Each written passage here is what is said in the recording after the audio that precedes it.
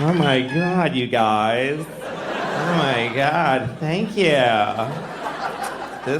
You guys are great. Thank you. This is what I talk like now, just so you know. I'm gonna do the whole show like this. A very offensive stereotype of a Mexican.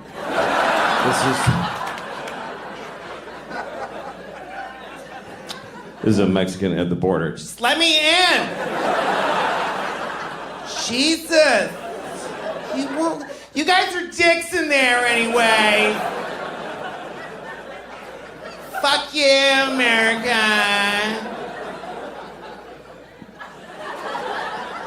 Is that too high up, do you think? Sorry, I always like to stand just a little bit wrong, you know? Just for my own entertainment, instead of staying like this. Just put it a little bit up here, just so people are like, I don't know why that bothers me. Especially if I'm somewhere I don't like being, like CVS. You know, I hate CVS. But sometimes you gotta go in there. That should be their slogan. CVS. CVS, sometimes you gotta come in here.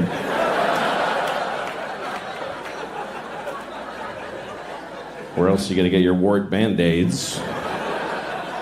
And that stuff for your dry vagina. Dry vagina. I used to think it was called a vagina. I did because I grew up in Boston. And I don't know if you are familiar with, people call it the Boston accent. It's not an accent. It's a whole city of people saying most words wrong. It's just a stupidity in a massive region. Because my teachers, they teach you to talk like that. My teacher, I had a teacher named Miss Doherty, but she thought her name was Mrs. Doherty. She mispronounced her own name. Miss Doherty. And she gave us sex ed. It was 5th grade. We had sex ed with Mrs. Doherty, and she's showing us the diagram. She's like, "This is a penis, and this is a vagina. Now, during intercourse, the man ejaculates sperm up into the vagina, and then later, a fucking baby comes out of the vagina. And sometimes it's retarded." This was the 70s. Teachers said retarded in Boston in the 70s. "My daughter's retarded." She used to tell us every day. "I have a daughter and she's mentally retarded. She's 35 and she lives in my house. She better be fucking retarded. I'm gonna stick her back up in my vagina."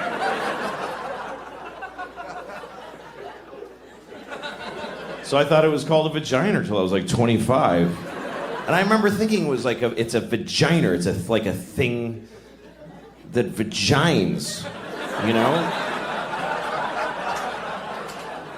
Like you use it to I got a vagina in my driveway. I don't know, just got to vagina this new table I just made. That would make a nice table. Like you make a new table and then you take the 80 grit paper and you sand it, and then 120, and then you go, "All right, honey, get up there." And she just... It's like old, like one of those Danish tables, or like a, ooh, nice old Italian table. "This table is very smooth because my wife have a very juicy boozy, and she vagina the table. And my family, we do this for generations, and we vagina." All right. So I'm 47 now, and yeah, I know that's about what it's worth. That's what that deserves. Woo. Woo. Woo. Yeah, 47 doesn't buy anything. 18, you can vote. 21, you can drink. And 47, you can just keep doing whatever. Just do it. Just keep being out of breath. One good thing is that I've let go of any dream of getting in great shape. Like, it's like a relief. Just because my whole life I've been like, well, it's someday I should really get in great shape. Now I'm like, what? Why would I do that? That's not going to happen. To me, the level I want to reach as far as the shape I'm in, I just want it to be so that if you find out that I died, you ask what happened. That's all. I want you to wonder what happened.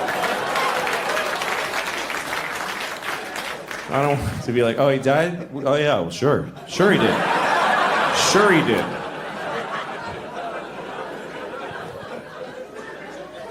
This would be a bigger news. Did you hear Louis is still alive? Shit. Oh, really? Oh, my God.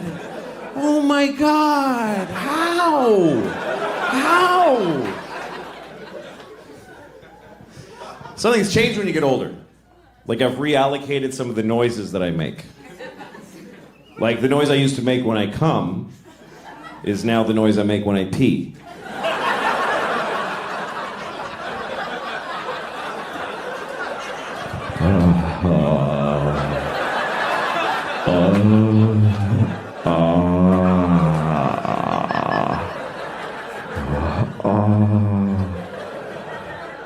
Take it all, bitch. Very disrespectful to my toilet, unfortunately. Yeah, you like that piss, don't you? Bitch. I'm gonna shit in your mouth too, cause you ain't none but a shitty piss drinking toilet. Dumb bitch toilet. You ain't intelligent. You ain't even been outside. You sit there waiting for me to shit in your face.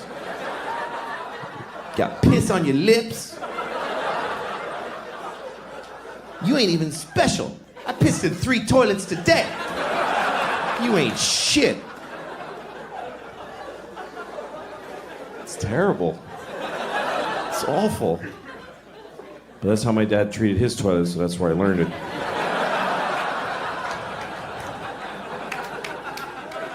It's a shame. So that's the noise I make when I pee. And some of you might be wondering, none of you are wondering, what noise do I make when I come? So this is the noise I make when I come. I just go, it is done! Thing with clouds and lightning and crows. Ah! The circle is complete! Kind of intense. There's a little witch with white eyes going, and the child will be born! And I don't know.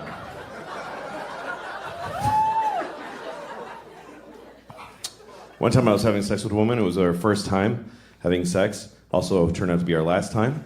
But I wasn't. Didn't know that. Anyway, I was gonna come soon, so I felt like talking about it.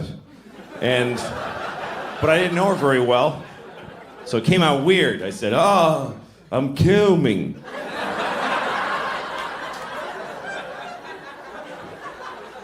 She's like, what did you say? Because I was back there. That's why she had to go like this. What did you say? What was that back there, Chief? What was that? Because I'm always back there. It's a weird thing to brag about. I'm always behind her. Every time. So they don't see me crying. It's weird having sex with a woman from behind because you don't know what's going on the whole time. And I get kind of paranoid. You know, the whole time she might be like...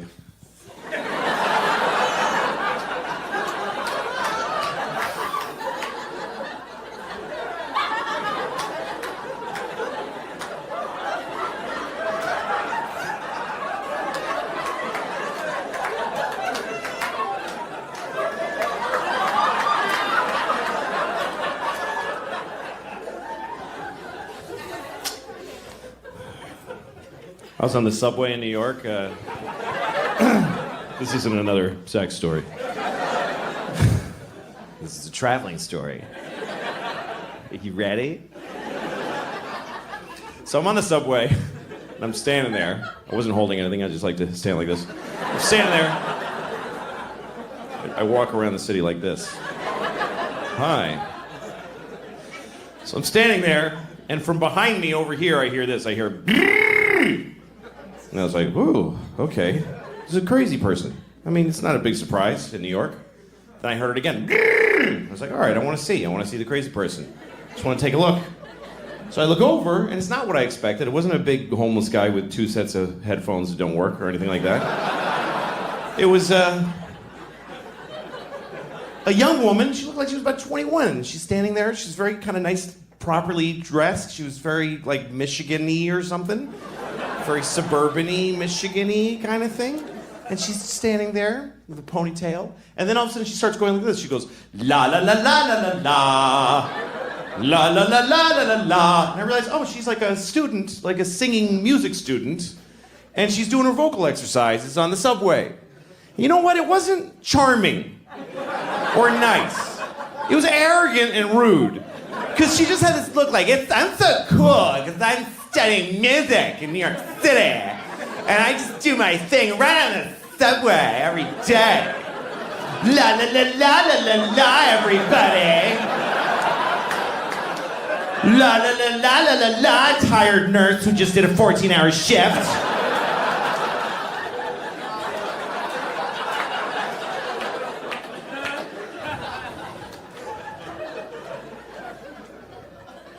We live in an interesting time, you know? Because you can be on an airplane, you're like one of 200 passengers, you're on a flight, 30,000 feet in the air, in the middle of the flight. If you just decide to do this, you're sitting in your seat, and you just start going like this, you go, Mwah! Mwah! Mwah! If you do that and don't stop doing it, they will land the plane.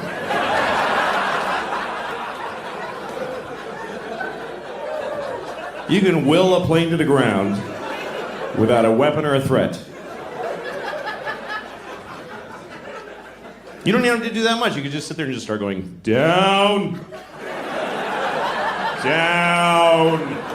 Seriously, if you were on a plane and you just didn't stop saying down, down, down. Sir, is there a problem? Down, down. Fighter jets will appear. I mean, you'll go into the nearest airport. And then I guess you're in trouble, but what, they can't put you like in prison because you said down several times.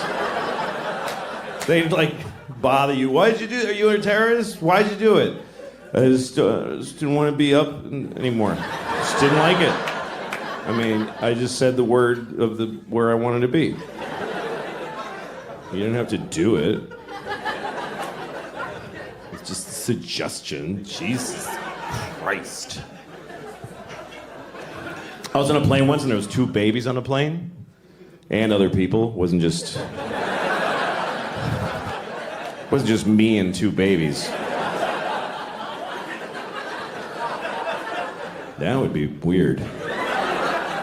You get on a plane, there's just 2 babies.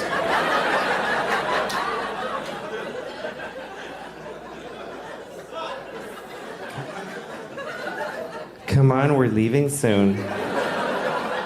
He's the pilot baby. I'm the other baby. No, it's all right. I'm not gonna... You babies have a good flight. But I'm gonna find another way to get there. Yeah, I don't like the way this was starting. Anyway, I was on a plane and there was these 2 babies and they were crying the whole time. Crying the whole flight, and that happens a lot. I don't think they knew each other, they're just crying.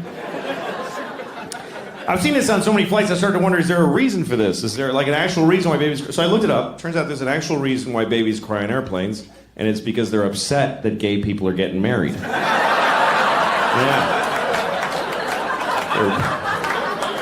They're like really upset. Like inconsolably upset. Honey, the country's changing.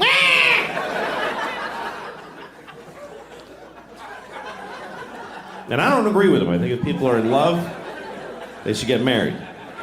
But they can't accept that. Because they're just, just being babies. Babies are selfish. They are. Babies are selfish. They just, meh. No baby ever goes, meh, but how are you doing, though?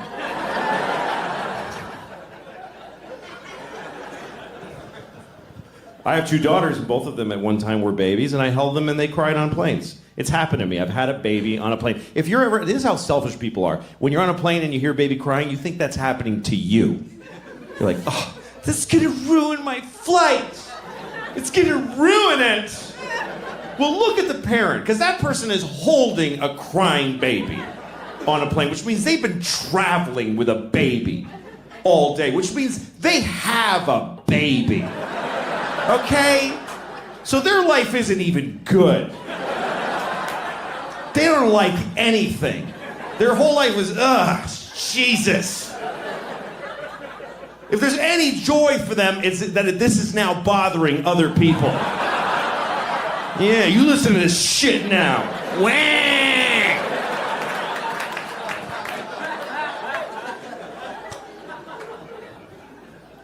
I remember one time my babe was crying on the plane. She was really upset. And this guy and some businessman on the plane, because businessmen always think that every flight is a private plane of theirs that we're all like piggybacking on.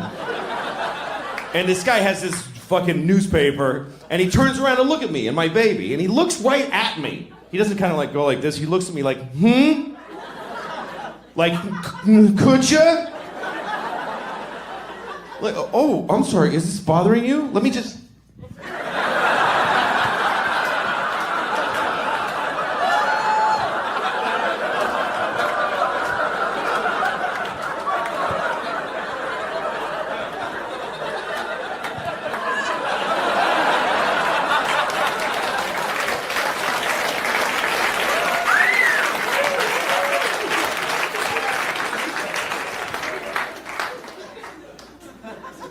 You all just clapped for a dead baby. You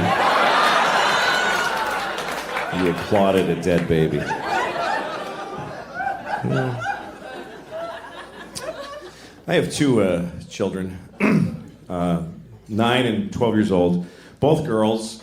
They're both gay. I'm raising them gay.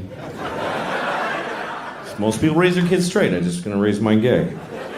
They'll do what they want later, but as long as they're in my house, they're gay.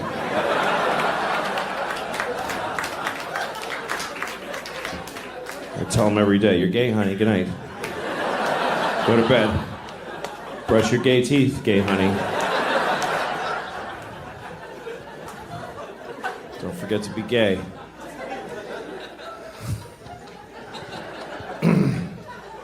Having children is a big responsibility, and I've never really done very well at it. I've made a lot of mistakes, some of them big, some of them small, you know? Like, I'm still a person, I still am an idiot, you know? Still, like, I got high one night, I got really high, because I don't do drugs, I never do drugs, never. So that when I do, they're way more fun. To me, that's my best advice about drugs. If you want to enjoy drugs, never do them. Never. Because then when you do, they're actually fun. Because when drugs are part of your life, they're just another pain in the ass in your life. It's just, my drugs suck. I don't want to have that problem. I always want to be that person where it's a new thing. Somebody's like, hey, you want to try this? And I'm like, oh, I don't know, I should. It's crazy. I don't even know how to do it. I mean, what is this? Anyway, I got my friend had the little vape. I'm a little worried, honestly, by the young people with the vaping and they just do this and then they just vape and they just stand on the corner and puff and look at the fucking thing. And I miss you. That's what it is. I miss you people. Because you used to stand around like this, and I get to go, fuck that one, and that was okay. But now I'm just looking at the top of people's heads now. But I didn't realize how, like my friend, I have a younger friend who vapes, and She told me it's just to kind of like calm down. She's like, I barely feel it, you know? Sometimes it helps me sleep. So one night we're hanging out, and I'm like, I'm gonna go home and go to sleep. Maybe I'll just try it. So I took one little tiny hit. I was insane. I was completely insane. I was in my house. I couldn't even walk past the window. I had to go under the windows because I was afraid of the inside of my own brain. So I started texting people, just texting. I'm so high. I'm so fucking high. I'm so high. And I texted, to another friend. I'm so high. I want to suck the pot jizz out of my own dick and get higher. That's what I wrote. I'm not bragging. I'm just telling you that's what I wrote. And I sent it. And then later I looked at my text and I was like, I think I might have sent that to my 12-year-old daughter. I think it's possible. And I didn't, but I too easily could have. Now my kids are in my phone. There needs to be some very reliable firewall that says these numbers are much harder to text. That you can't just, whoops, traumatize her irreversibly. That you can go like, to write to these numbers, I have to solve the Hellraiser puzzle, and I have to... There's two guys with the keys at the opposite room that turn them at the same moment. And there's a warning. Are you sure you want to send this picture of your pubic hair to your ex-wife's mother? That's how you want to break the silence 6 years since the divorce. This is my pubic hair. Look at all of my pubic hair. How have you been?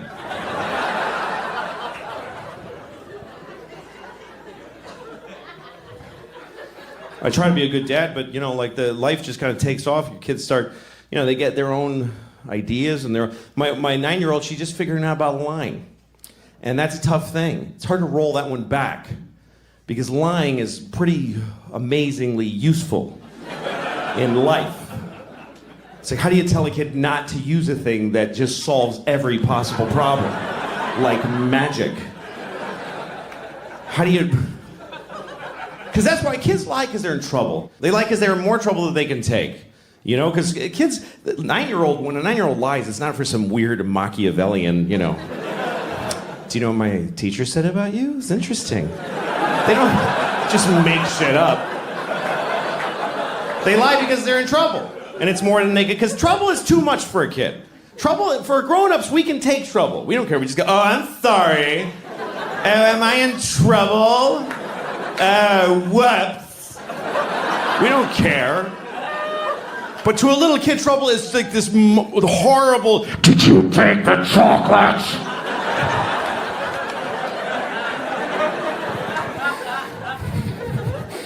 And she did, and she doesn't know how to handle it. Did you take it?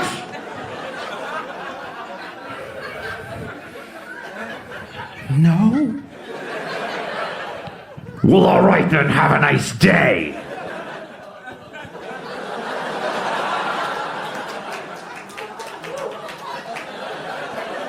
How do you then tell her, yeah, don't ever apply that perfect solution again to terrifying things? Mark Twain once said, a man who always tells the truth doesn't have to remember what he said. And that's great.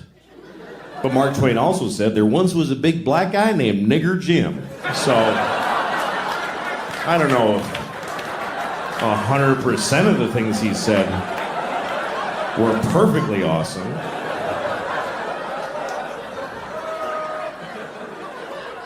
Really, Mark, Nigger Jim, you're gonna go with... That's the best you could do. To name kind of a nice ring to it, Nigger Jim. Yeah, well, it's a little on the nose, isn't it? Could have called him Black Mike. I mean, just a little.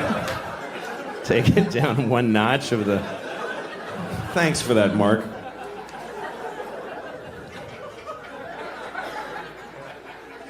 Anyway, so while we're in this area, now that I know you guys are cool, no,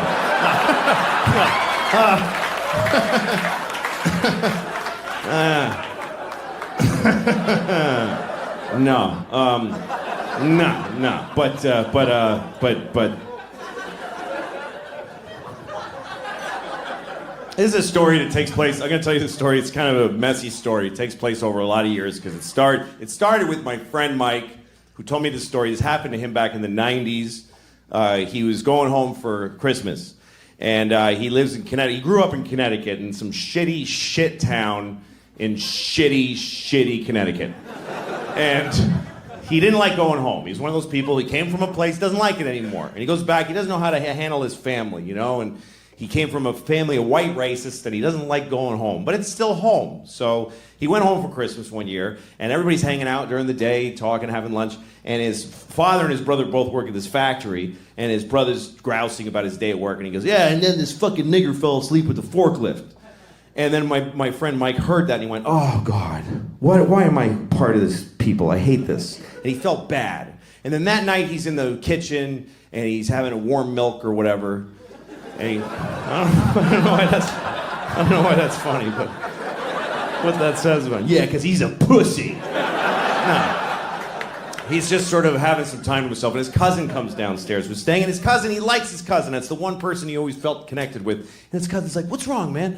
And he says, well, geez, I come home and I hoped that everything would be, normal, but then my brother says, oh, he's about the factory and this nigger fell asleep at the forklift. And his cousin goes, oh my God, the nigger fell asleep at the forklift? So this is the first part of the story, okay? So Mike tells me that story about how he's just not listened to by anybody in his family. And then later on, I get a job writing on a TV show for Cedric the Entertainer. Great guy. And he had a show, and he hired a writing staff, half white writers, half black writers. So at lunchtime, we talked about race. It was just, we'd have these provocative, interesting conversations, trading notes about race, with the white writers and the black writers. And I told that story. I told the whole thing about the guy, nigger in the forklift, and then the cousin saying, well, the nigger in the forklift. And then one of the writers, a black writer, he goes, there's nothing worse than a nigger falling asleep at the forklift. Making it harder for the rest of us. Still, nobody's quite hearing what my friend was going through. And then, about a year later, I'm hanging out with my friend Dino.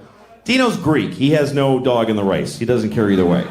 He's Greek. Greeks aren't white or black. You just got a big nose and he just stands there.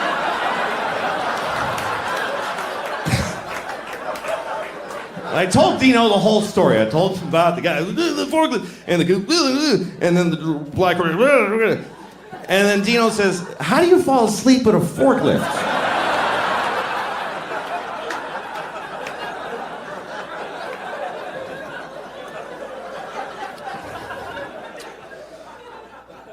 My oldest daughter's gonna be 13 next year. That's a big deal. That's a big deal. That's why all the parents ahead of you always go like, yeah, yeah, wait till she went. That's when you get. I'm not afraid of her teenagehood. It's going to be challenging and difficult, and she'll meet the challenges. I'm always proud of my kid. She's a good kid. Now, some parents are really afraid of their daughters. A lot of dads get scared. Like, I don't know what to do. I have this friend, his daughter's 15. He's like, she's going to start having sex. I don't know what to do. She's going to have sex. What do I do? I'm like, well, you don't do anything. You don't have a role in that at all. You're the father. No role. Not supportive or advisory, nothing. But what if she has a bad sexual experience? Oh, she's gonna have a number of those. Oh, yes, she is. Her whole life is gonna be just walking through a blizzard of bad dicks, just... Ow. Dicks. Just...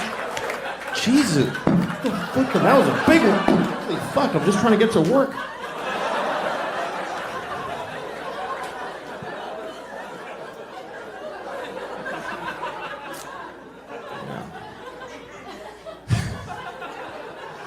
The little one, the 9-year-old, life's a little simpler. Tap dancing. She takes tap dancing class. We started her with tap dancing because we figure by the time she grows up, it'll be the 1930s again. And yeah, she'll have this thing she can do that nobody enjoys watching. Do you know who the audience is for tap dancing? The parents of tap dancing students. That's all of it.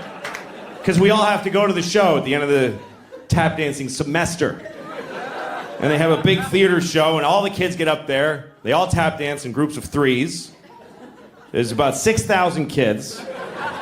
They do about 20 minutes each. So the show's about 7 months long. And everybody dies at the end. But you go because you want to see your kid tap dance. Because that's an amazing thing. Because this was a baby. She was just a baby. She was just like, that's it. And now she's going like this. It's amazing. But you gotta watch all those other kids that you don't love at all. You gotta watch people, grown-ups do it. There's grown-up adult students and they get up there, get off, nobody's here to see you. Nobody. Your parents are dead, you're 52. Nobody came from work, nobody came from work.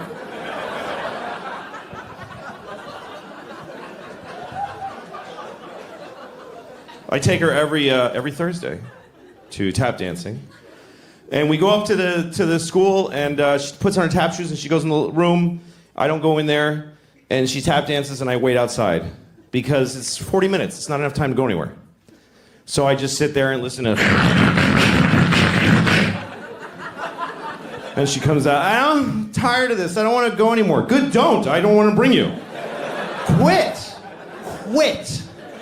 I don't care. I don't push my kids into this shit. Because you got to do it too. I don't want to do it. Daddy, I'm tired of soccer. Soccer is out of our lives forever. With those words from thine mouth. Soccer is gone. I don't care. Don't go to school. I don't want to get up at 7. Don't do any of this shit, honey. I don't care. I have money. Just eat the food in the house. Stay home and eat. You and your sister don't have kids, I can cover all of us and then we all die.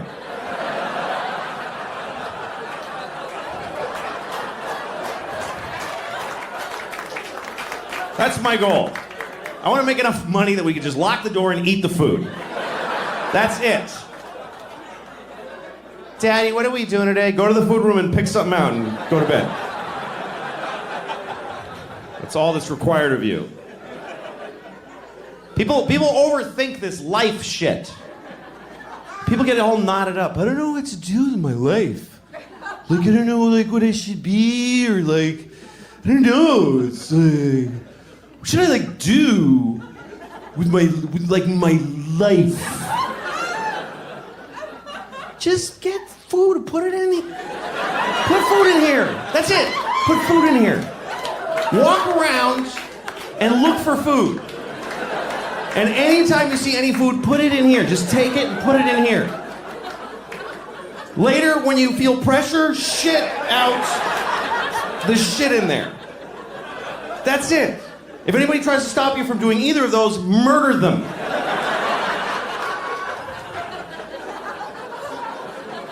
That's it.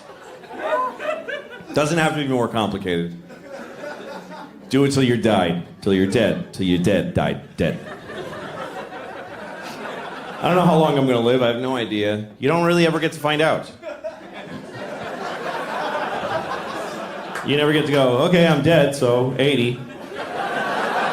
You don't ever get to have that thought. This is it. You get to go, this is probably it. That's your last thought. This is probably it right here. Yeah, well, we're all gonna die at some point. It's true, man. And you find out at some point, it's an interesting thing about human beings that we live with the knowledge that we're gonna die. I found out when I was 7 that everybody dies. My grandfather told me. He said, everybody dies! I wasn't even talking to him.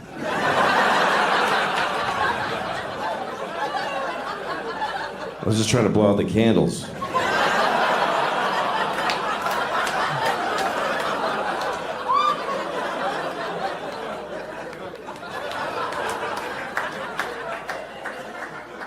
Now, I was 7 years old when I found out that everybody dies.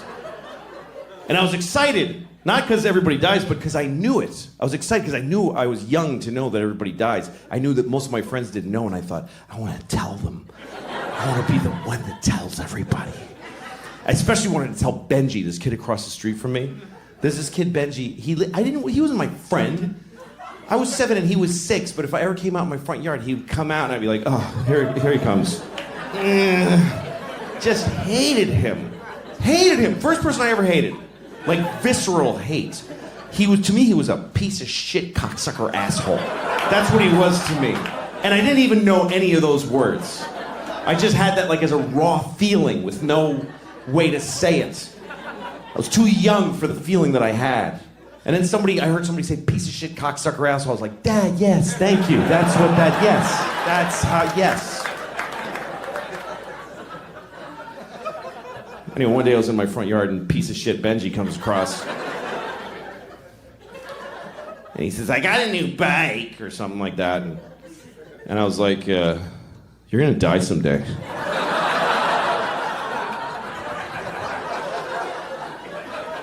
He was like, what? No, I'm not. I said, yes, you are. Everybody dies. You're gonna die, and your mom's gonna die, and your daddy's gonna die. In that order. He was really upset, and he starts running. It's still funny to me. It still makes me laugh. 40 years later, I can still see it so clearly, and it still makes me laugh. Run, Benji! You can't run from this shit, bitch! It's gonna get ya! Wonder if he's dead. Anyway. So, he came back with his mom. His mom's so angry. And then I was scared. And his mom came over. What did you say to him? And I said, I told him that everybody dies. And she goes, well, that's not necessarily true. I was like, what? She says, well, some people die, but not everybody does. And I was so full of questions. I was like, what about Abraham Lincoln and George Washington? They're dead. Well, she said, yeah, that's because something happened to them. George Washington didn't take care of himself, and Lincoln got shot. But there's a lot of people alive from those days. And I was like, really? What about, like, Bible people? And she's like, yeah, we have to go. And then she left. Because I think she realized this is only going to get worse. She's not on a good side of this argument. And then I went to my mom. I told her the whole thing. She was like, don't worry, that lady's a fucking idiot. Don't listen to her. My mom said, don't worry, baby. You're definitely going to die.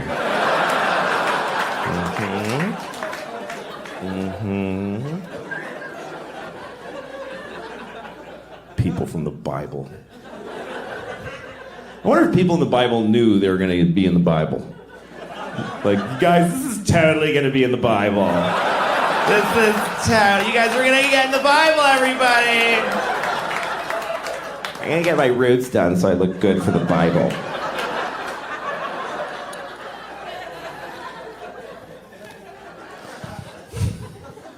Yeah, my dog died recently. I had to tell the kids that the dog is dead. That's a tough thing, telling your kids that the dog died. You got to tell them at some point. You can't just keep going. What? No, where'd he go? Whoa, there he goes. I don't know. He's that little scamp. Go get him. Told my kids the dog died, and we dealt with it. And I was proud of them how they expressed their feelings about it. They cried. I was proud of them how they dealt with their feelings and what they said about it and how they processed it. And I realized this was a positive thing. That's how you start thinking as a parent. A lot of things you don't think of would be positive really are because a dog dying is an opportunity to deal with death with your kids. It's like a dry run for grandma. It is. It is. Dog dies, you talk about it, you deal with it. Later on you go, so you know all that stuff we talked about the dog? Yeah, so grandma now.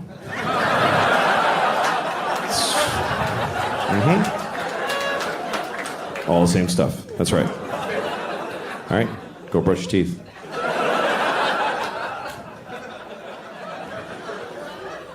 I had a dog when I was a kid, and he hated me. And it really hurt.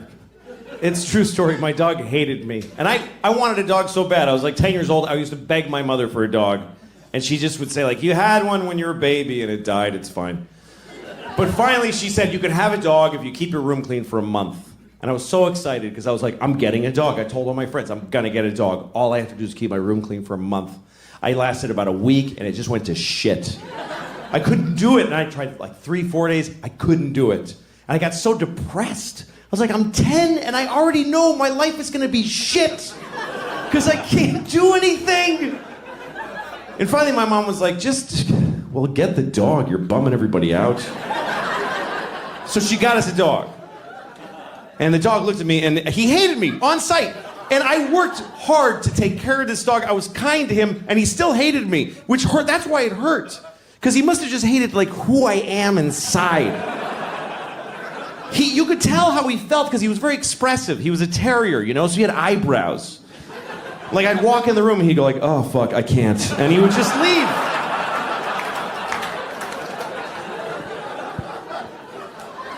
I would take him for a walk and I had to use a leash and I didn't want to use a leash. I want to be one of those cool guys with a dog that just comes along. You know, those guys always got like a suede jacket with patches in it and like scratchy hair. And he's like, hey, and gets in his old pickup and he's like, come on, dog. He goes like, you know those guys that can whistle, that cool whistle?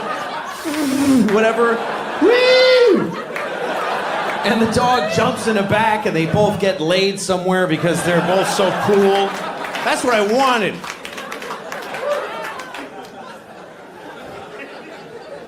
But my dog would go for a walk and the leash was like taut like this. It wasn't even like, yeah, we're friends. It was like, dude, I'm far from this kid. Can I get my face? He would be choking himself the whole thing.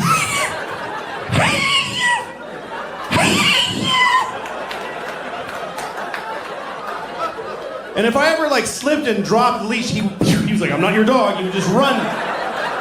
He would run like a slave. He would just take off.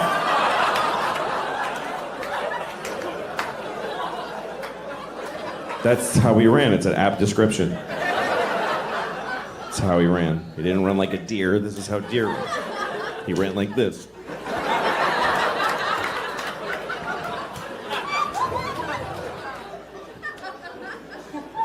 He ran away so many times, and then we got a call from the pound. Hi, we have your dog.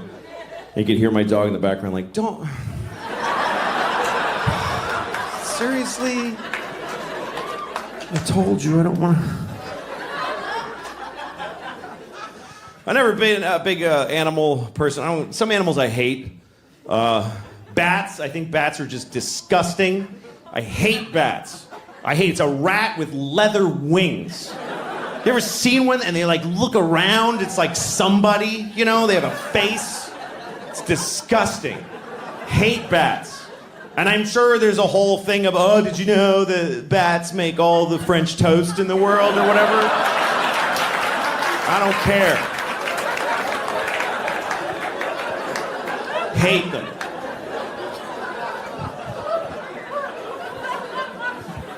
I had a bad bat experience. This summer, we rented a house this summer. I got a house for me and the kids. My ex-wife and I, we share custody of the kids. And so the summer, 1 month they go with her, 1 month with me. So I got a nice house in the country. And it was beautiful. The kids loved it. But the kids go to sleep at, 8 o'clock at night. So I'm just laying awake, terrified. Terrified. I'm so scared in the country because it's just quiet and it's just mystery and trees and darkness.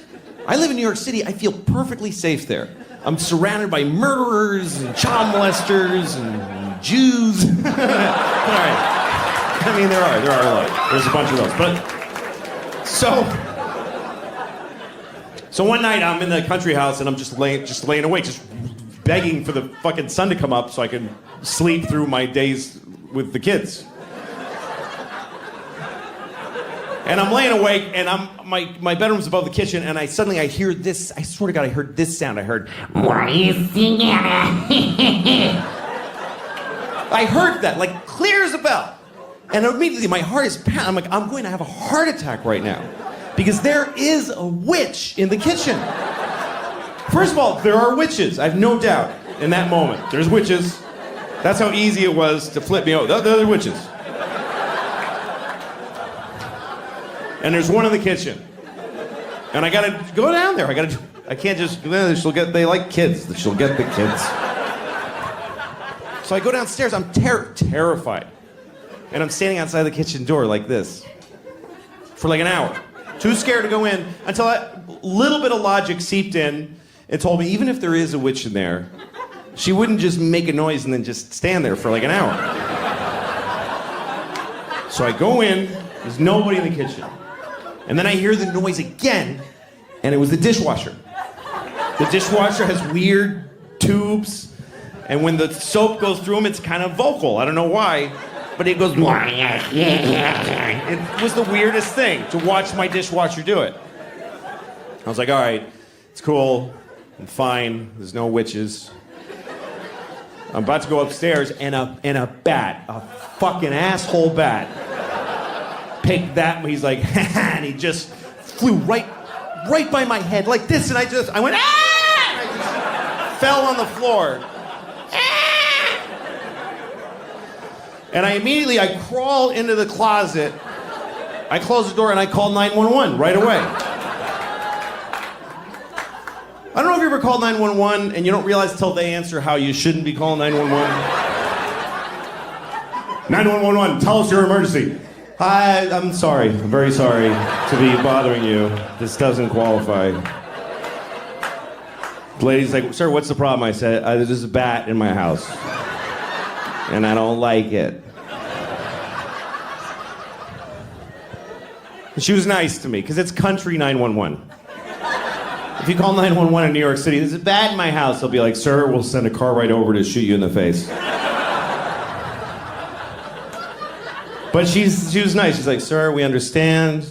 You're divorced, you're overcompensating with a country house. You're in over your head.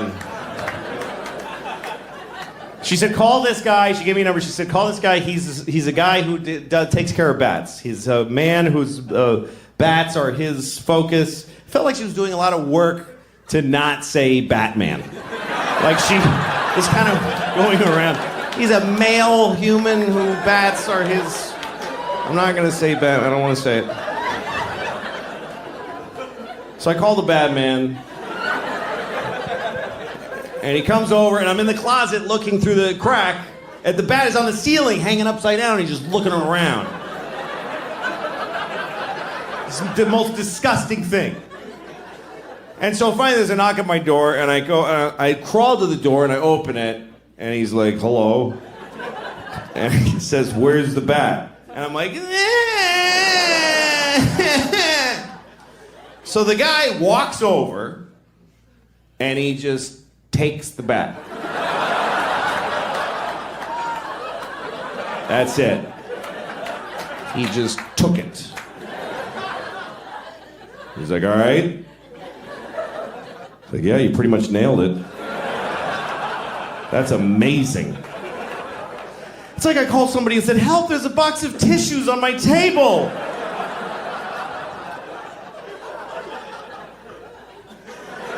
Oh, thank goodness. What a relief to have a man in the house.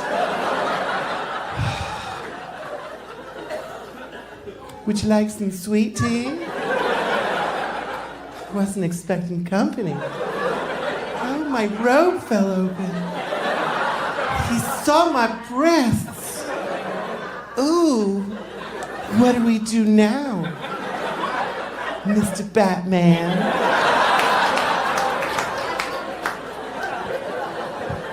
You know, I'm kind of grateful to that bat now. Now that you're going to fuck me.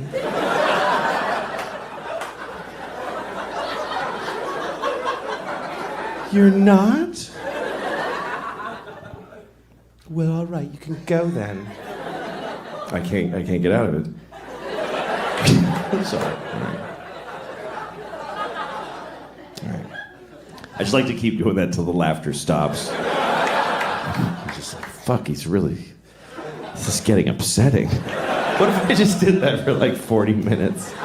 Well, if you weren't gonna help me, then why did you come over? I'm alone here all day, and I hardly can handle it anymore. All right, okay. So, no, don't do that. Don't do that.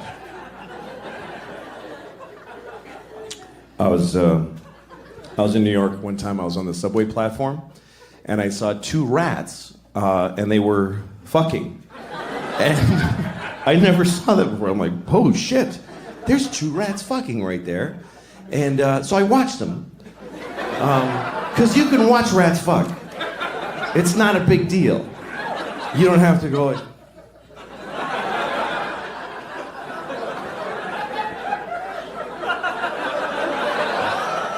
You can really just totally just watch them. Let's see. Anyway, I'm watching them. I'm just curious. I mean, it wasn't surprising how they do it. It's not like she's on top going,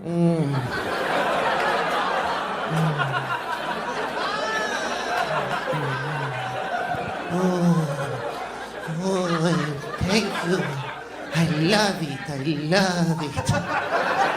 Oh, I think this is a Japanese rat I'm doing. I don't know. oh, it's so good to fuck you. Oh, come on, Ricky, do me. All right. Anyway, it wasn't anything like that.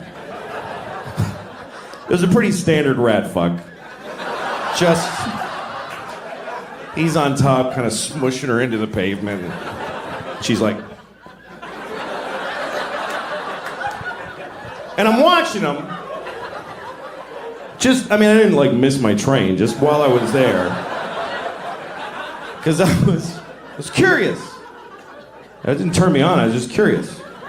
Because I want to know, what is it going to be like when he comes? That's what I wanted to know. What is it like when a rat comes? Is it just a biological thing? Just a dispassionate kind of just, me, and then he just goes home? Or is it like, oh, fucking yeah? Is it like, is it, is it ecstasy? Is it an orgasm? I told that story to a friend of mine. She was like, well, what about the girl rat? What about her orgasm? Why don't you empower her and wonder how she comes? What are you, crazy? Girl rats don't come. There's no way the girl gets to come when rats fuck. First of all, he's not gonna hold out for her. He's not that kind of dude, you can tell. He didn't give a shit. He's gonna fuck her and leave. He doesn't even know her name. He's not sitting there waiting for her and trying to think of things to not come, like giant garbage bags with no food in them or whatever. And even if he did, she's on a subway platform in front of people. She's not gonna be able to get to that place, that inside place that girl rats need to find their orgasm. Because I know what girl rats need. I know how to make a girl rat come. I do. You just pick them up and hold them upside down, and you just...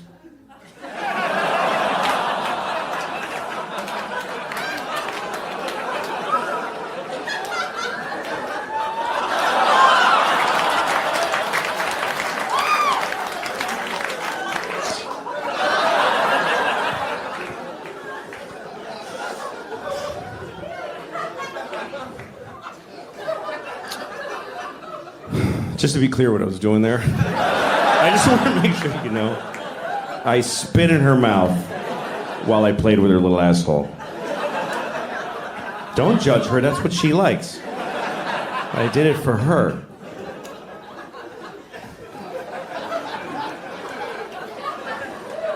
I was watching The Wizard of Oz with my daughters, and I know that's a weird couple of stories to put together. Fingering a rat's asshole to orgasm and watching The Wizard of Oz with my daughters.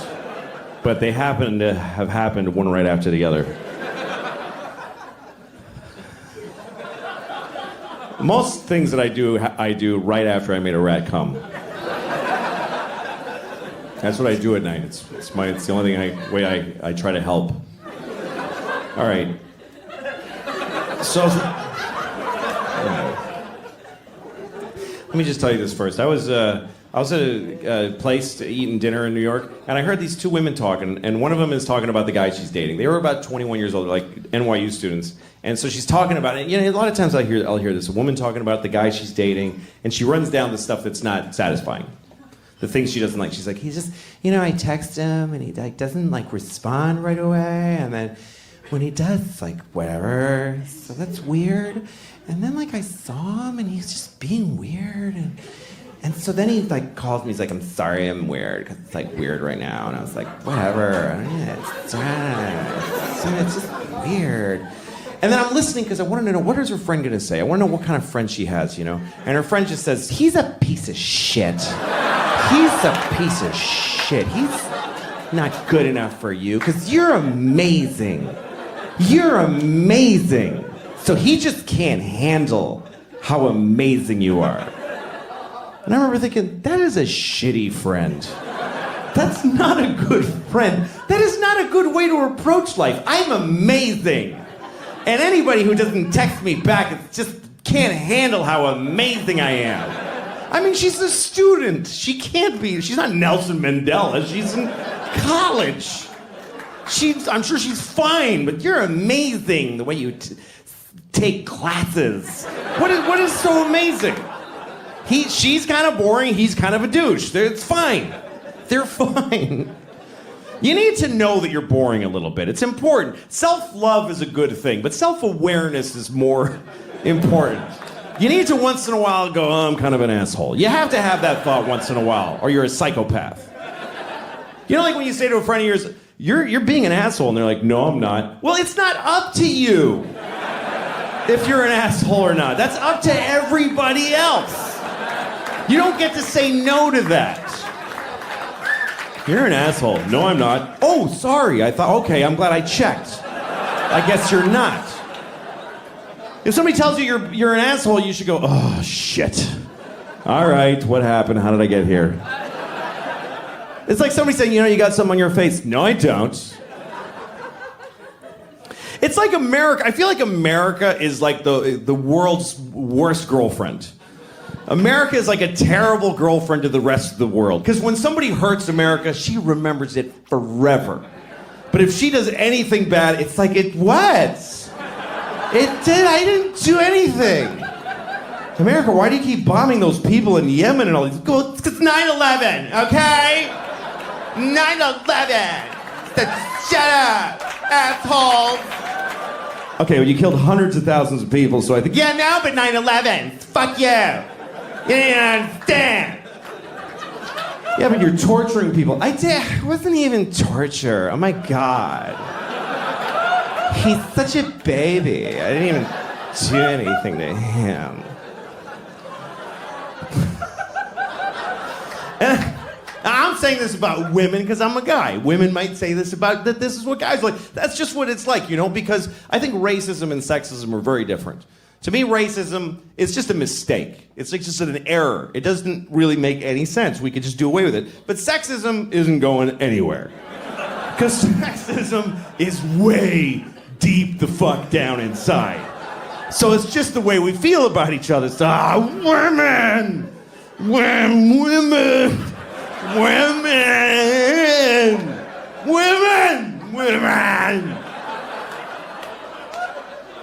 And you're like, man.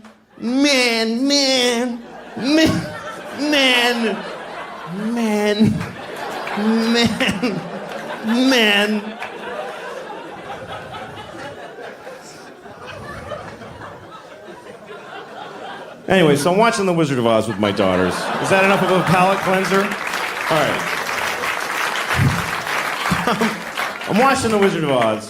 I don't know if you've seen it. It's about a little girl named Dorothy.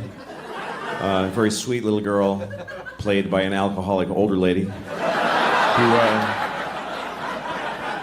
lives in Kansas. She has a dog. She's very upset. And she keeps telling, my dog. And everybody's like, this is a farm. We're working. Leave us alone. And then there's a tornado, and they all run inside, and they barely look for her. It's unbelievable. It was so upsetting to me when I was a kid to see this movie. Because Auntie Anne's like, Dorothy! Okay, fuck it. And she just goes right inside, bolts the door. Unbelievable. So Dorothy goes up to Oz. So here's the thing. I was watching the other night, and there's this one moment that really stunned me. It's when Ray Bolger played the Scarecrow. He just got ripped apart by flying monkeys. And he's very upset. And he has this performance that's way over the top, even for this movie. Do you remember that moment? The Tin Man comes over. What happened? And he's like, well, first they tore my arms off, and they threw them over there. And then they tore my legs off, and they threw them over there. And I've seen this movie 1,000 times. But for some reason this time, that moment made me go, holy shit. That was a lot. And I started to wonder if Victor Fleming, the guy who directed The Wizard of Oz, if he had a moment during the filming of the movie where he was like, I think I gotta have a word with Ray. Because that's getting to be a lot. All right, let him do another one. Okay, action. What happened? Well, first they tore my arms off, and they threw them over there. And then they tore my legs off, and they threw them over there. Okay, cut. Comes over. So listen, Ray. Yes?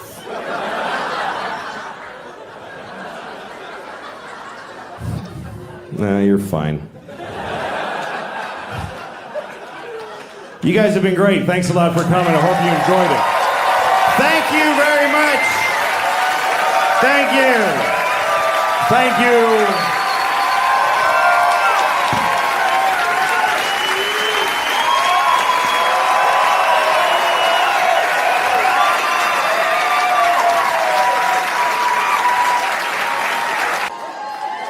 Well,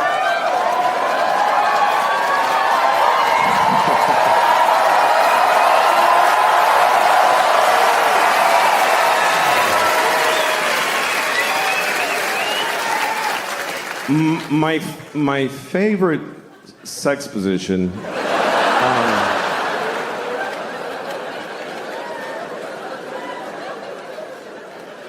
My favorite sexual position is reverse cowgirl, but I'm on top.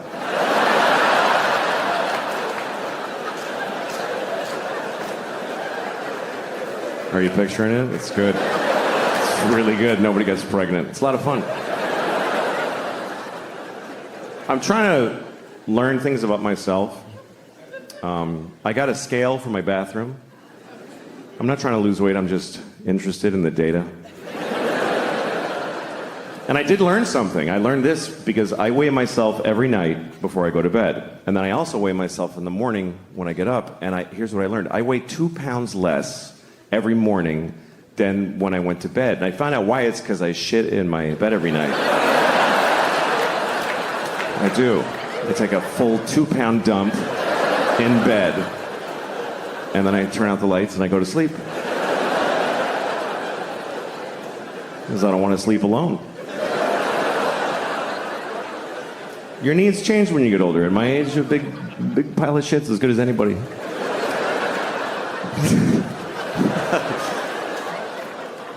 I actually have a girlfriend, but we're struggling because she lives in France. She's French. She lives all the way over there, and we haven't been able to see each other for a year because of the disease. I have AIDS. And she's great, though. She sends me presents all the time. That's how she keeps it going. She sends me gifts in the mail. I get something from her every week. Sometimes it's chocolate from France or a shirt she wishes I would wear instead of things like this. And sometimes she sends something to make fun of me because she's a little fucked up. So last time, she sent me a pair of little girl's panties. And yeah, I was like, that's not funny. Because these are in my house now. I can't get rid of them. It's like nuclear waste. Think about it. I can't throw them out because I can't have people find little girl's panties in my garbage with coffee grounds and butter on them. And every solution I think of makes it worse. Like if I put them in a bag inside another bag and layers of duct tape wrapped in tin foil. Or if I put them in a coffee can and I nail it shut and I bury it in the park in the middle of the night. Or if I cut them into tiny pieces and throw away one piece each week in a different town.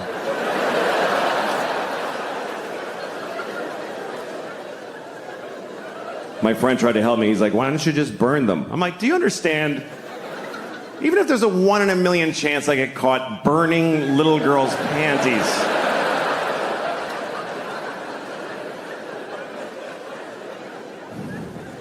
So I'm wearing them right now. So, yeah. It's the only solution I could come up with. I wear them every day. And I hand wash them. And then I dry them like this.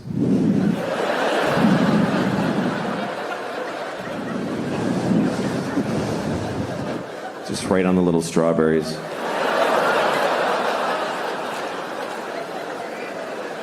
Here's the thing, men, our biggest fear in life is that we're gonna get caught being a kid fucker. That's every guy's biggest fear. Even if you would never do it, every guy's like, that's what's gonna happen to me, I know it.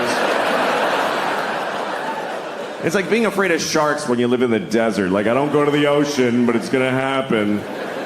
Because it's a fear not based in its likelihood, but in how horrible it would be if it happened. Because when they catch a pedophile, holy fuck. Holy shit. It's brutal because we're scared. We're so scared of pedophilia because it's here and it's not going anywhere. That's a fact. It's not like there's a finite amount of pedophiles and we got the last one. No, it keeps happening. Every generation, there's more. Some of you have kids, and some of them are going to grow up and fuck kids. They might, you know. Okay, no, of course, not yours for some reason, but they're coming from someplace. So, any real solution has to start with the basic reality that there will always be pedophiles. Not a great thought. I understand it's not uplifting. You wouldn't put that on a fridge magnet. Or on your screensaver at the office. There will always be pedophiles. Hey, where's Jim? He's not at his desk.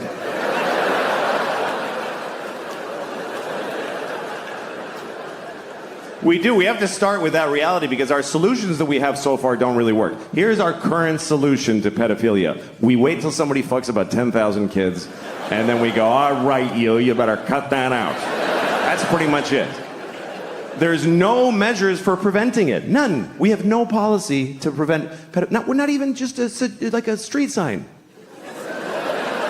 There's a street sign for everything. No hunting, no spitting, no skateboarding. I've never seen a don't fuck a child sign in the world. I've been in all over the world. Not even just like a picture of a guy fucking a kid with a line through it. So that it transcends language barriers. I mean, try it. You won't get most of them with the sign. But even if 1 out of 50 of them is like, oh shit, I'm sorry, I didn't know it was an issue. That's money well spent.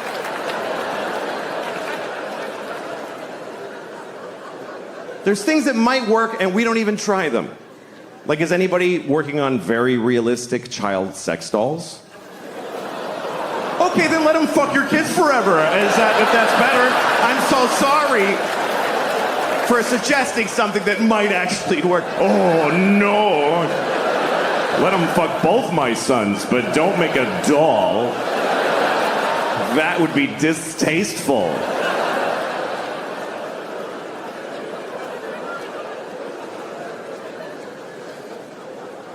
The thing is that I'm still talking about it, this problem, we lose things because we won't really face it, you know, that are important to us, like the Boy Scouts. Boy Scouts, wonderful thing. Being sued out of existence because of all the kid fuckery that goes on. And I know it's upsetting, because look, here's the thing, the Boy Scouts is a wonderful thing for kids. They go to the woods, they work together, they learn skills, They get in touch with nature. What could it be better for a boy than that? But some of those guys want to fuck the kids. I don't think they do it a lot. It's not like there's just a shitload of kids being fucked in the Boy Scouts. I think it's mostly that they find out that the guy wants to. I don't actually know, though. I don't. Do you know why I don't know? Because I'm afraid to look it up. I'll go to prison for typing it into a Google. How do you solve a problem if you're afraid to fucking look it up? How many Boy Scouts get fucked on it? Oh, shit.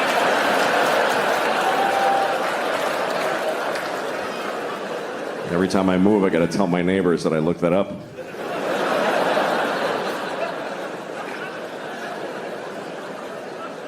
Here's what happens. Every few years, you find out there's some pedophile-type people in the Boy Scouts, and then they announce, we got them all. We're good. And then a year later, oh, there's a bunch more. What's going on here? At some point, you got to wake up to the basic fact that maybe the people who are best suited to give your kids these wonderful experiences are folks that want to fuck them. Maybe that's why they're good at it. Maybe that's, if you want that, that's where you go. Maybe that's just the way that goes. Who else would want to take a bunch of kids to the fucking woods? Who wants to take your shit kid to the fucking woods? You don't want to take them. Who else would want to do that except people that are barely containing that they want to fuck every kid in the face?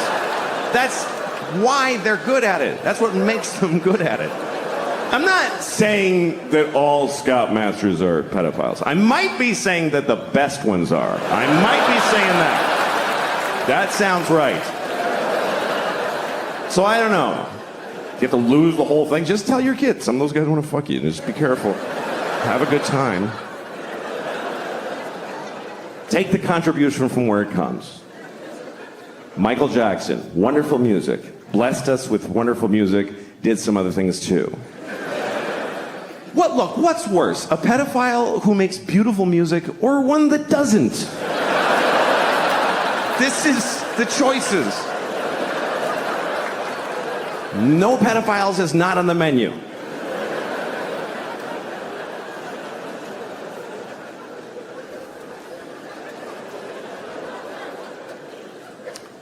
So how have you all been enjoying living the way I already was for a couple of years before all this shit?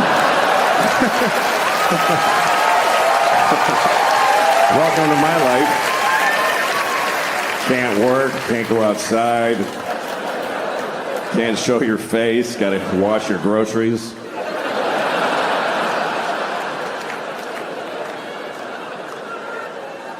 Because I got cum on the groceries. That's why in my mind, that's what it means. Maybe that's what you were thinking, but. I have a solution for the pandemic, by the way, for COVID. I have it. This is it. We test everybody, first of all. Now, every time we find somebody who has COVID, you kill them. That's it. That's the solution. You won't need another one after that one. That's the final one.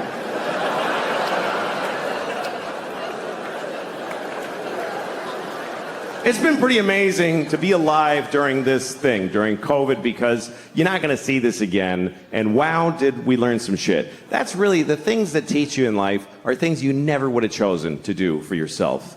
I mean, think about your life as far as it's been where you had the choices, where you're like, I'm going to do this, I'm going to pursue this. It all goes to shit, every bit of it. And even when it goes right, you're like, why don't I like it? It's what I wanted, but why don't I like it?